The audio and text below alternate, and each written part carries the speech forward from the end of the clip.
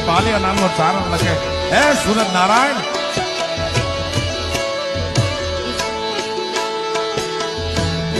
એવો પેરે રથનો હુકમણે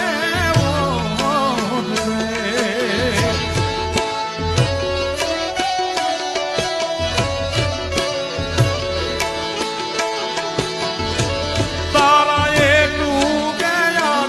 જગ યજમાની જાય રે એકા શાપ ના કુવા એક ઉગે આખું જગ અજવાળી જાય